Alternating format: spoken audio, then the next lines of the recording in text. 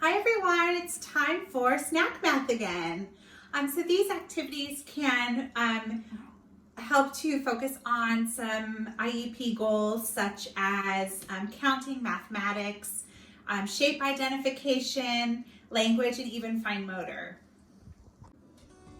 Today we're going to be focusing on shapes. And you can see here I have this paper. It's a shape sorting activity. I'm going to be posting this to Seesaw. And so basically you have 3 different shapes and you can provide your child with either snacks or small objects that are the same shape. So I have a little container of Cheez-Its that are square.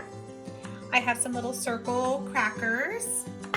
And then I even have, this is a Chex Mix that has several different shapes. So any kind of small shapes you can use. Ritz crackers or any kind of small cracker. So you just have your mat for your child and then they put the shape where it goes.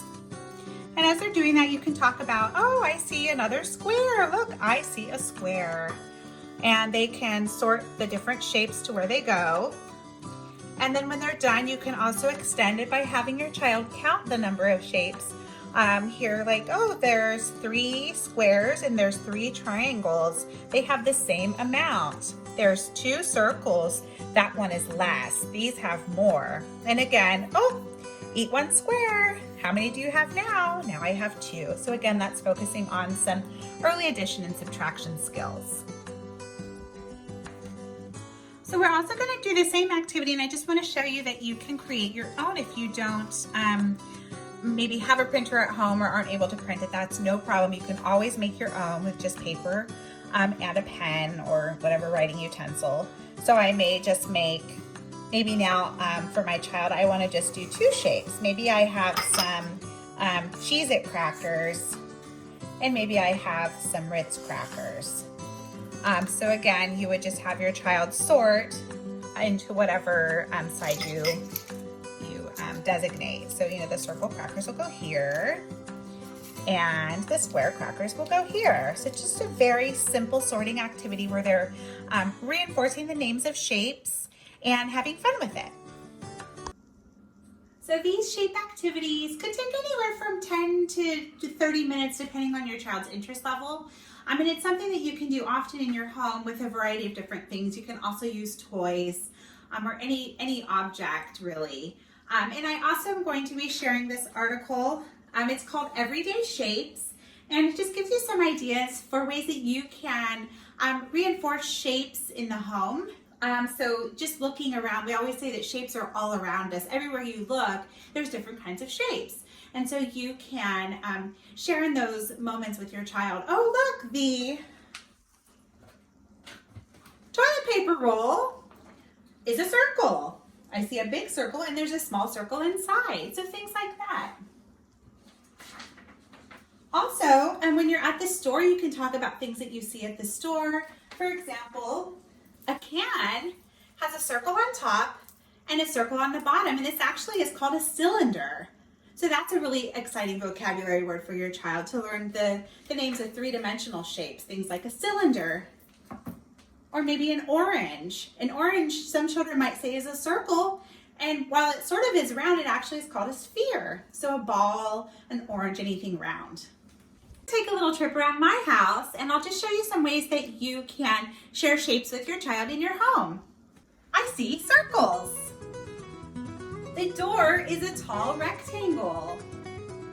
There are circles on the wall.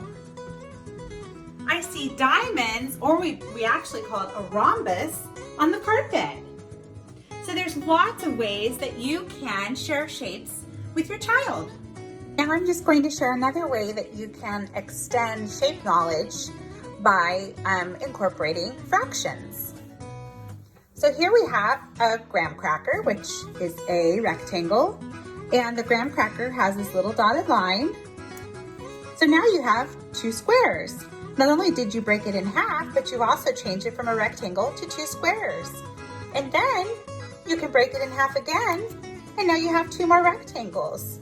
And when children are able to manipulate objects like this and change things around, that's really how children learn best. And I also have this little pizza that we made during our circle time earlier.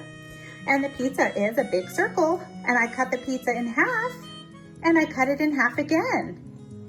And now it is in quarters. So you also can even try this with your child. Maybe if you make like something with a tortilla, or like a quesadilla or another small pizza, then that way they can see how things fit together. A couple more ways that you can incorporate shapes into everyday play. So the first is just using shapes while you're drawing. You might have a piece of paper and a writing utensil. You might be doing chalk outside. You might be doing water in a paintbrush. Any of those things are just fine and are great ways where you can take opportunities to incorporate shapes. So you might just play around and draw some shapes. Maybe I'm gonna draw a circle, and as I'm doing that, might say, I'm making a circle. Can you make a circle? Or you might make a circle and then say, I'm going to add a triangle here and a triangle there. What do you think that's gonna be? I'm gonna add some eyes and a nose and a mouth and whiskers. Or maybe you'll draw a house. It has a square on the bottom, a triangle on top, and it might have a rectangle for a door. And one last way that you can incorporate shapes into play is with a toy that a lot of children may have at home, and that's Legos. When your child uses Legos, they are manipulating shapes, putting shapes together to create things. And Legos are great because they come in a variety of shapes and just provide a really simple way to encourage shape knowledge. So here I have a red square, and the square has circles all over it. The circles fit together. Here's a yellow rectangle. So you might, for your child, if your child's building and you're there, you may say things like, oh, you're putting on the yellow rectangle. You're putting on the blue square, and just narrating what you see. You also might have your child, maybe your child's playing here and you have the Legos over here. You can say, oh, what do you want? Do you want the rectangle or do you want the square? So there's lots of different ways that you can encourage shape knowledge. And another word for shape knowledge is geometry.